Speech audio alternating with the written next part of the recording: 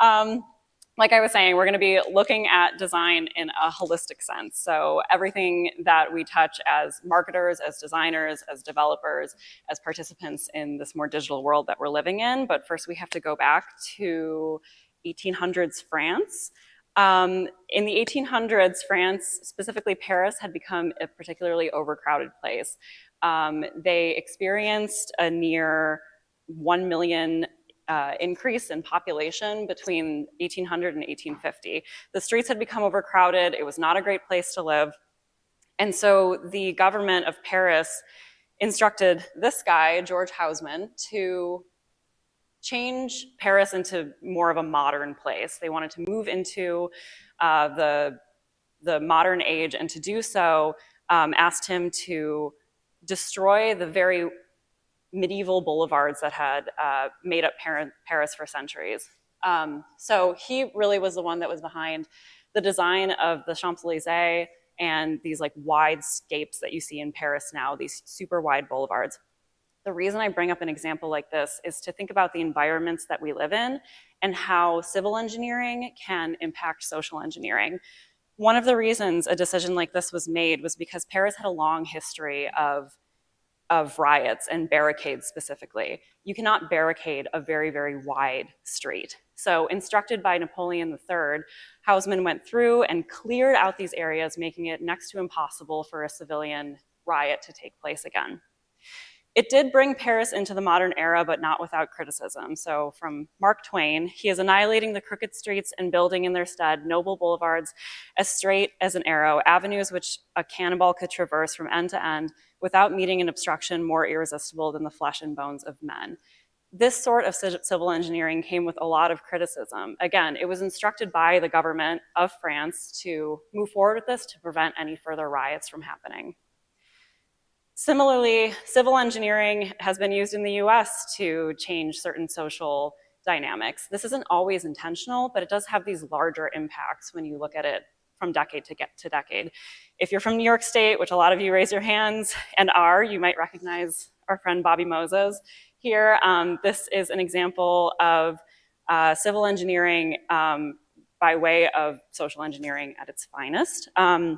This in front of us is the Southern State Parkway. And the low bridges that were constructed by Robert Moses, or instructed to be constructed by Robert Moses, prevented buses from entering this parkway, which was the fastest and most direct way to get to Jones Beach. So it prevented inner city families, primarily Black and brown people, during the 20th century from accessing Jones Beach. And in that way, Jones Beach became highly segregated, mostly white, because you had to own a single family car to be able to use the Southern State Parkway. We also have these in Buffalo as well. But if you're familiar with Robert Moses, you've heard a lot about him.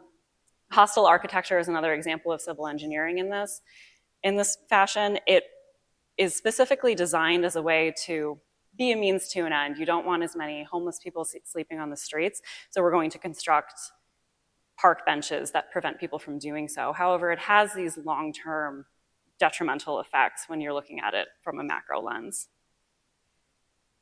I wanted to start with that example because I, again, want us to think about how we are engaging in our digital world in the same way that we engage in our waking life, the world around us. And this led me to start thinking about dark patterns. How many of you are familiar with dark patterns or have heard the term? Great, we're gonna get into it either way. A dark pattern is an interface or design that has been carefully crafted to trick users into doing some things, also known as a deceptive pattern. I wanna preface by saying that dark patterns and deceptive patterns get a really bad rap, but in some ways they can be the most effective tools we have as marketers, and we all kind of know that. We know that if we design a pop-up that appears, halfway down the page or after somebody is about to exit, that we might be able to grab them at the last second to move toward a conversion or to give us their email so we could move them into a certain email marketing flow. At the same time, when we are subjected to constant dark patterns that are coming at us at a rapid rate just from the amount of time that we spend digitally online, they can have these long-term effects that can be greater than just the bottom line for a company. I'm gonna walk us through some of the different dark patterns that I'm sure a lot of you are familiar with, but as we're going through these, really think about like the scale of these. How often are we seeing these? what is the impact that they might have if we're seeing these as consistently as we are, and we'll get into some of the impacts that they have in a more political and social lens as well.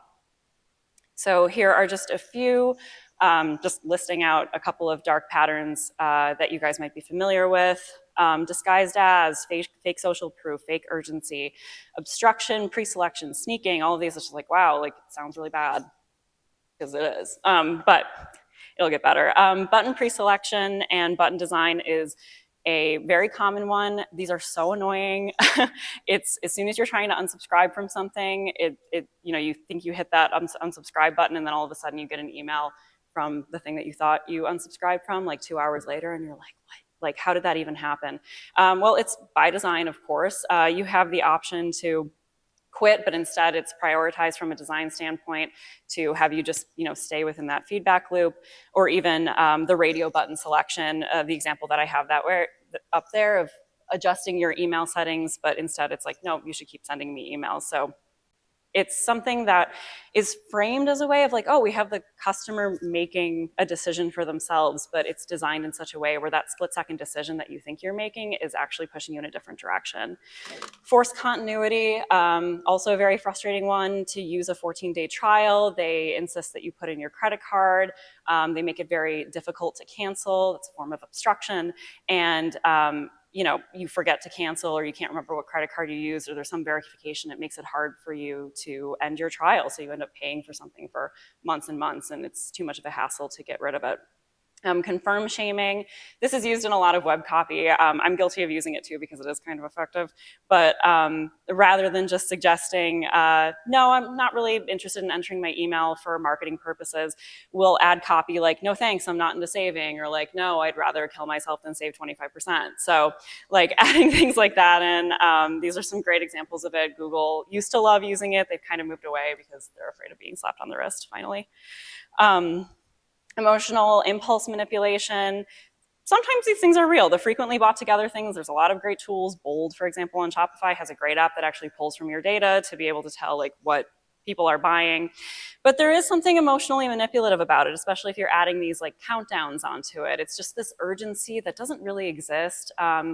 You see a lot of these during Black Friday sales, and we all know in the back of our head that the sales closer to Black Friday are probably going to be a little bit, or closer to the holidays are going to be better than they are on Black Friday, but for whatever reason, we're really like tricked by this, 14-hour countdown or something.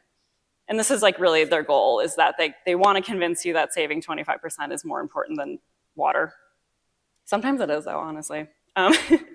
Gamification, this is getting more into like kind of an algorithmic end of things, but Snapchat, and some of you may be familiar with the streaks, and it is, even if you just use it casually, there is something a little disappointing when you like lose a streak, or if you guys have any teenagers, man, if they are missing that streak, it's stressful, like you're gonna hear about it. Pseudo notifications. This is actually considered to be a little bit of a newer dark pattern, and it's one that I think is one of the most manipulative ones out there. LinkedIn loves these. If you think that you got a notification, you're like, oh man, maybe somebody like viewed my profile and want to hire me. It's like, no, they actually just like are giving you all this junk. Like, congratulations to people for starting new positions, and yeah, maybe somebody viewed your profile, but you can't actually see who they are unless you update, like stuff like that. Facebook really takes advantage of this. I mean, I can't even tell you how many fake notifications there are on Facebook, and then like certainly, Twitter, X, this is an older example. But again, it's just based off of interaction to get you to come back. So you can see that notification that pops up either on the app or a push notification, or when you log in, it's there. Just not really the best. Privacy zuckering. Mark Zuckerberg is in there so hard that he has one named after him. So privacy zuckering is specifically when a user will go and believe that they're making one action, but the data that was collected from that action ends up being used in several different ways. So this isn't exclusive to Meta. This ends up being used through many tech apps right now. But in particular, Facebook really, really loves it. So for example, in 2024, Meta decided to push everybody toward two-factor without telling them that when they entered their phone number, it was going to be used for marketing purposes. Of course, it was in the fine print. Of course, opting out from it was very difficult. So most people just decided to get started and move through it. There is a class action lawsuit against them right now for this reason. But they continue to use these practices with WhatsApp. As soon as you sign in, your option is to add every single contact in your phone who might have WhatsApp. And that's not always what you want to do. Sometimes you just want to message somebody that's like traveling overseas and it's just that one person who downloaded it for that time. But Zuckering is a way to make sure that you're going to consistently be engaging people, even if they haven't explicitly consented to somebody, but under the guise of how it's designed, it's going to look like they have. Again, on the algorithmic side, forced engagement loops. This is an example of TikTok or on Netflix, the watch next episode. You don't really get a choice whether or not you want to continue to engage. The decision is made for you. And the argument can be made that you can just exit out of it. But if anybody has sat down and watched anything on Netflix recently, you have about like 3 seconds to decide before it goes to the next episode. You can't even see who contributed to the episode through credits. It just sends you to the next one. Infinite scroll. Ozza Raskin is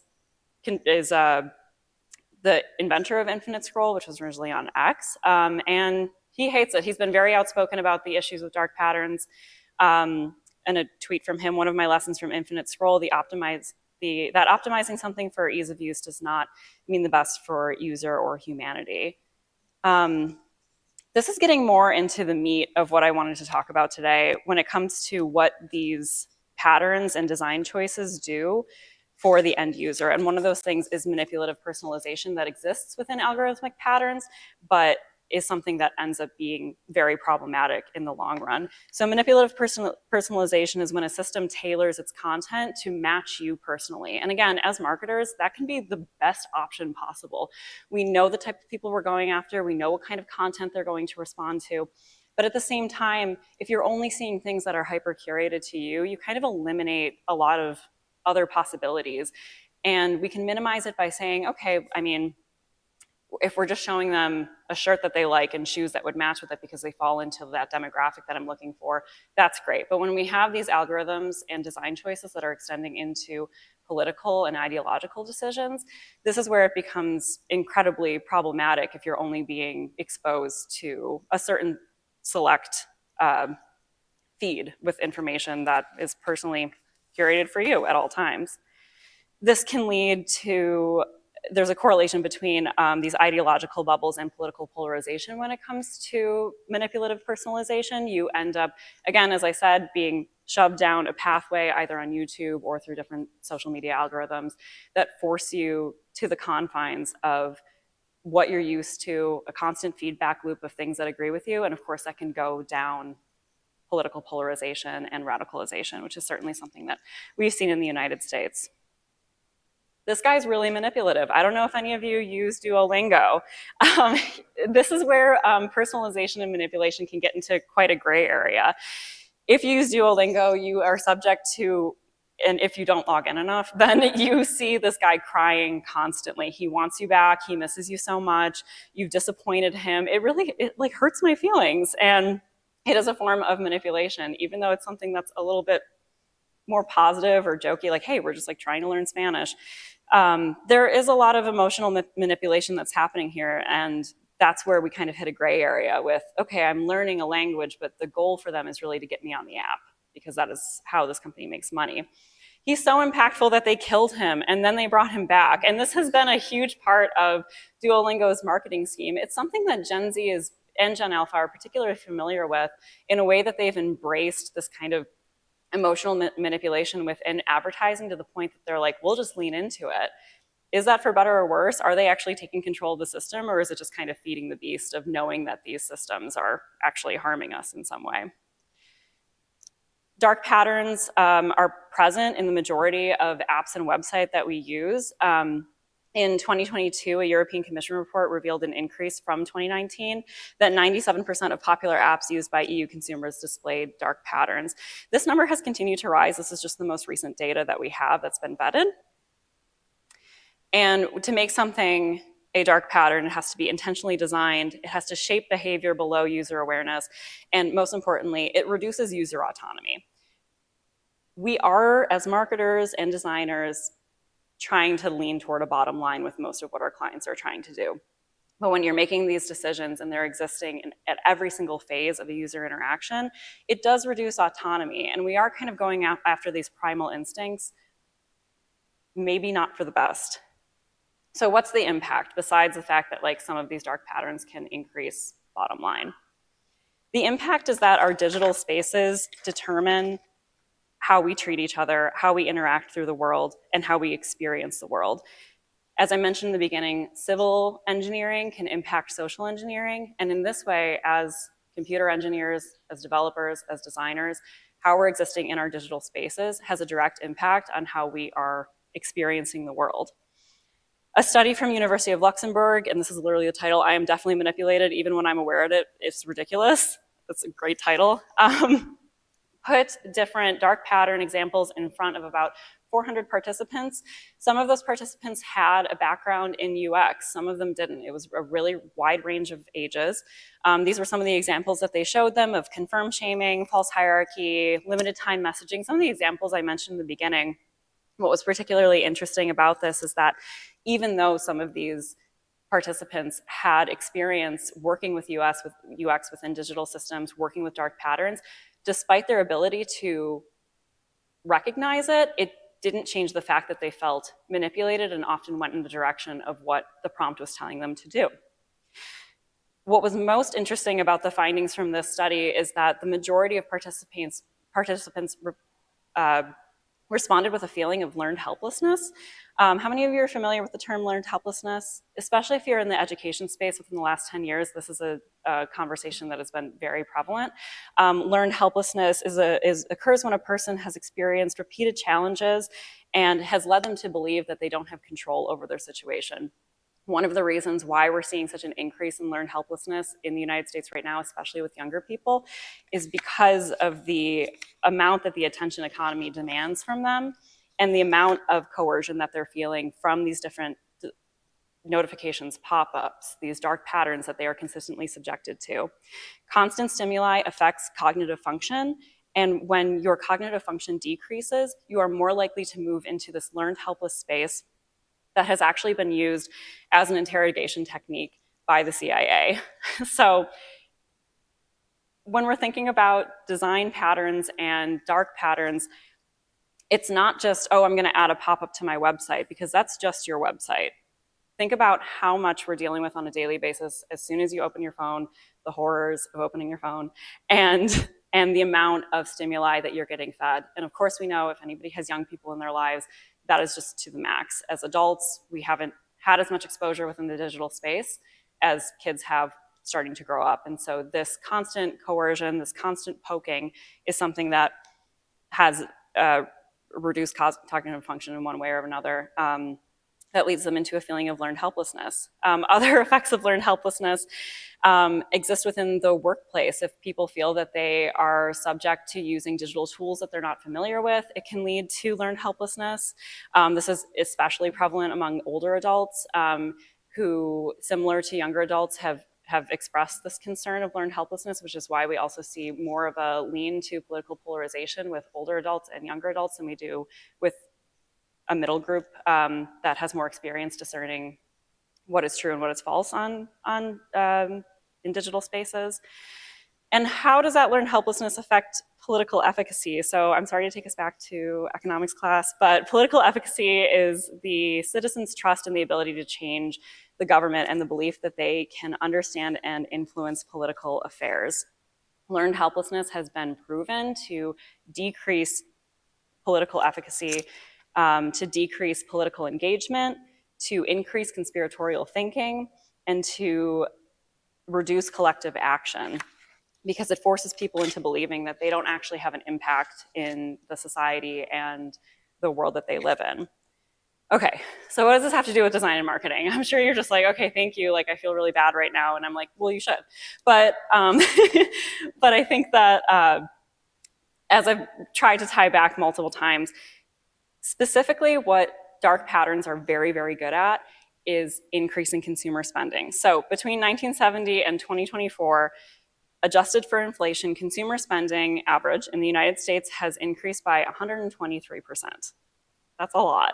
Just between 2020 and 2024, that increased by 21.5%. In that time, we've also seen that increase in dark patterns that exist within the apps that we use, the websites that we visit, and just the interfaces of our phones as a whole. This is, his name's James Buchanan, and it's not the other James Buchanan, it's the one from the 20th century. But he believed that in the market, the individual can express preference for specific goods and services, but in the political process, choices are often bundled, limiting precise preference expression, blah, blah, blah. Basically what he's saying is that economic participation was considered by him to be the greatest form of democracy. I'm not sure what you guys believe. I think that that's a reduction of people's ability to participate in the political sphere. To reduce us to consumers is to say that our only form of control is the dollar. People's sense of agency, their sense of desire, their sense of self is being shaped in ways that basically turn them into marketable goods, into consumers. What are they told? They are told that their only form of citizenship that matters is consuming. This is from a 2020 book that was co-authored by Noam Chomsky that talks about rugged individualism and the effect of the American dollar and consumerism in the United States. I want you to think about the consumer spending increase, but also have you go back to political consumerism as a whole. This is a huge part of being an American. The Boston Tea Party was a great example of political consumerism. Dollar voting and focusing in at a time when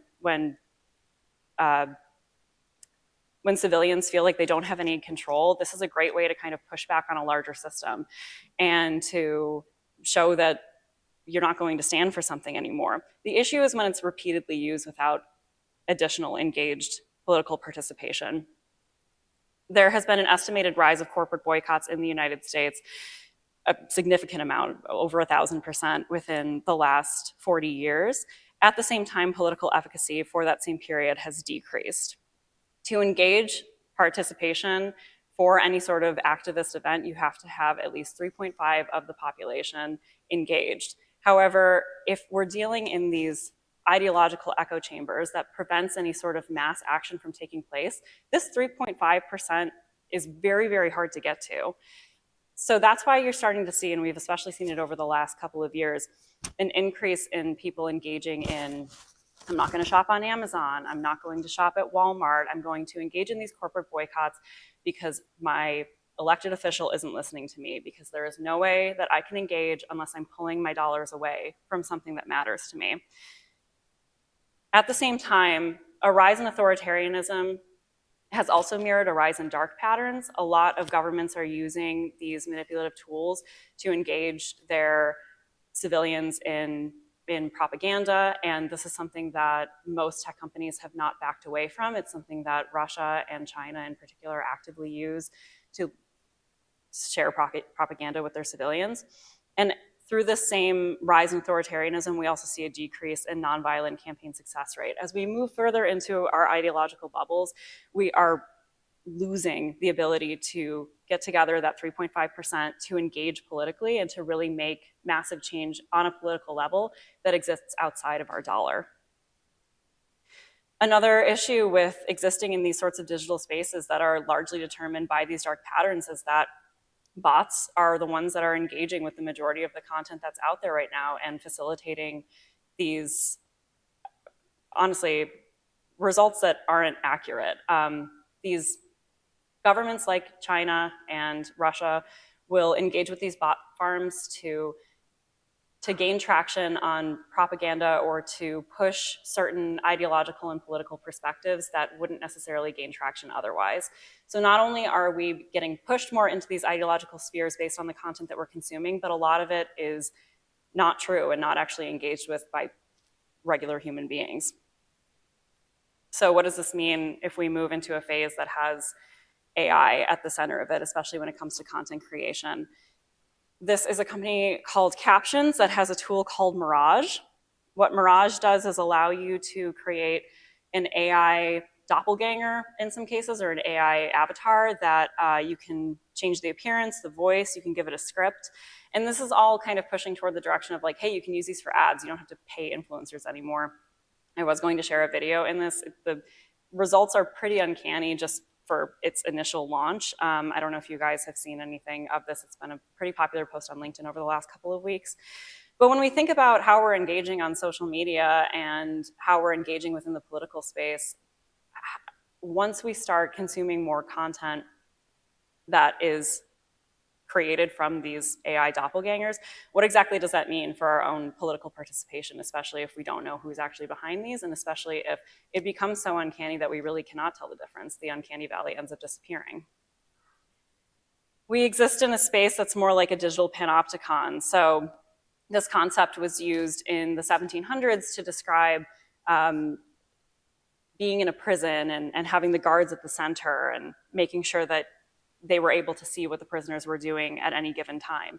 But when we consider a digital panopticon, it can be a space where we are being surveilled at any given moment without actually knowing it. So the way that your data is used, the way that these authoritarian states are able to utilize that data to target back to you or to push through propaganda is very concerning, again, when it comes to political efficacy. So just a quote, the panopticon is a marvelous machine which, whatever use one may wish to put to it, produces homogeneous effects on power.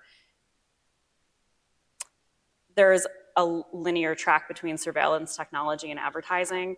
I'm not gonna walk you through all of this, but as we kind of go from the 1980s through the 2010s, you see this surge in surveillance technology, a lot of talk of Big Brother, but then you also see an increase in that surveillance technology being applied for advertising techniques. That's one of the reasons we're all here right now. That's one of the reasons we have jobs, because we found these ways to target. And so it's no surprise that those tools originated from a government level and then get passed down to the consumer, and we're applying those. That's more of a neutral statement. It's not necessarily a bad thing. It's just how these things tend to extend. In the 2010s, however, we've seen an increase in the concern for these digital privacy and being like, well, maybe we don't actually want the surveillance technology that governments have to, one, exist in the first place, and two, be used to sell me a pair of shoes. So in the 2020s, we've seen a massive shift into digital privacy as being center mind for a lot of people. First of all, we have a shift from shift to first and zero party data. This is a very exciting, I mean, it was scary at first to lose the third party data, but it's very exciting to kind of move into this. It does allow us to create experiences that do have the end user in mind in a way that's more holistic and meaningful. iOS 14 asks app not to track changes in personalization. So again, this does have to do with the lack of third-party data that we're shifting into. But changing how we're approaching design and marketing and how we're designing these spaces, we're having to become really creative with the tools that we have as we're shifting away from these more surveillance technologies and moving into hopefully what is a more private era. So what can we do about this? Going back to my example of civil engineering and urban planning, there have been different applications within cities that have taken something that was previously considered to be negative and applied more positive use cases to it. So linear parks in the first two examples, and then below tactile urbanism, which is an example of using something very low cost and engaging the rest of the community in it in a way that's meaningful and impactful and also gets people together a little bit more in person. So applying this to the digital space, The Ethical Algorithm was a book that was published just a couple of years ago, and it talks about how we can use AI to apply moral and ethical rules that we as humans, flawed humans, might not be able to use ourselves. So a typical solution that has been used for years now when it comes to how we're making decisions online has been human in the loop connection. And that means that if we insert someone into the experience, so let's say, having fact checkers on social media was a big one in the last couple of years, then that will deter the amount of misinformation that exists online, or it will prevent some of these coercive techniques from happening.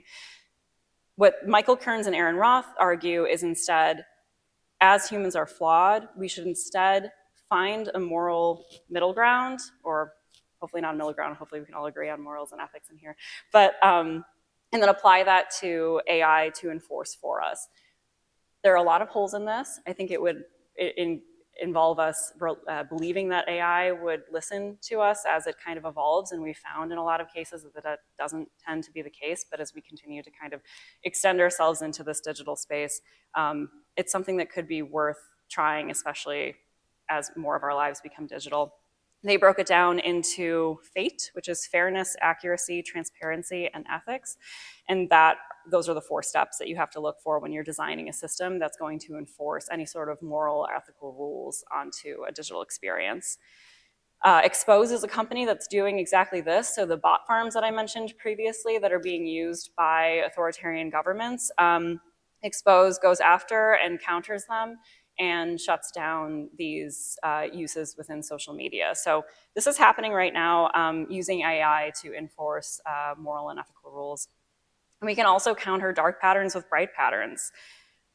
Consider these to be like a nutrition fact style for AI.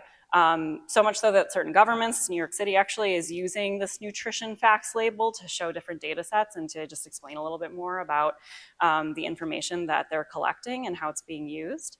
Outside my bubble, this is being used by BuzzFeed. This is a really fantastic example of a bright pattern that when you're viewing an article on BuzzFeed, you are then able to see opinions that you may not have been exposed to otherwise. And some examples of articles that you can go to that might counter the information that you just consumed. Cost transparency, of course, some apps had to be pushed in this direction, but we do love to see it. It's been so much easier with cost transparency added to both Ticketmaster, Airbnb, different booking sites. And this is an excellent bright pattern that just kind of like stacks it up for somebody altogether. So even though we do know that we're going to be paying some weird fees, at least we know how much it's going to be at the end of it.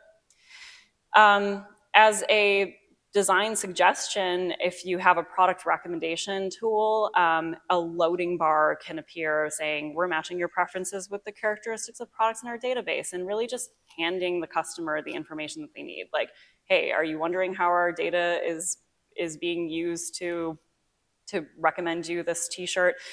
We're just gonna put that straight into the design. And it's a very small addition of using something like this on a loading screen, but it does promote user autonomy because they are understanding in that moment that like, okay, like based on the interactions that I had online, it does make sense that they think that I would like this t-shirt based on what I input.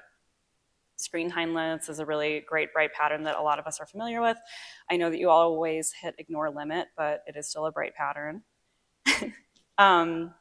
Brands that are already doing this, Signal, I know they've been in the news a lot lately, but they do not use any ads, no trackers, and they're very, very transparent about the updates that they make. And even with them being in the news lately, the CEO was very upfront about it and open to speaking about Signal and where they stand on things, and that's something that we should expect from CEOs in this digital era. DuckDuckGo, which I know also if any of you have done SEO, everybody loves making a little bit of fun of DuckDuckGo, but they are doing a great job with being incredibly transparent with how they make money, what their intentions are as a company. And that's something that they've had since the beginning, which will never go away. Patagonia, from an e-commerce perspective, this is a little bit less of a dark pattern example, but it does show how an ethical brand can move forward in an incredibly transparent way to talk about how they're using their profits, how they're using their money, and also if you do visit their website, it is highly compliant. So that does help with reducing coercion. Ethical Network is another example of a company that you can go to, especially since we're all in the digital space, to look for search engines, email services, analytics tracking, and all of the companies that they show on there have incredibly transparent rules and regulations. Truthfully, a lot of these examples within Ethical Network are not always going to be like top dog when it comes to the results that you're going to get from them. But the goal is to kind of move these larger companies into a place where you'll eventually hopefully see Alphabet on here too. So this is the world if you stop being manipulative. But at the end of the day, as we're existing in these digital spaces, as more of our lives become incredibly online, in the same way that we look to urban planning for determining social and political implications, we need to, as designers, as decision makers in this space, look at the tools that we have and figure out how we can do the same with our online lives.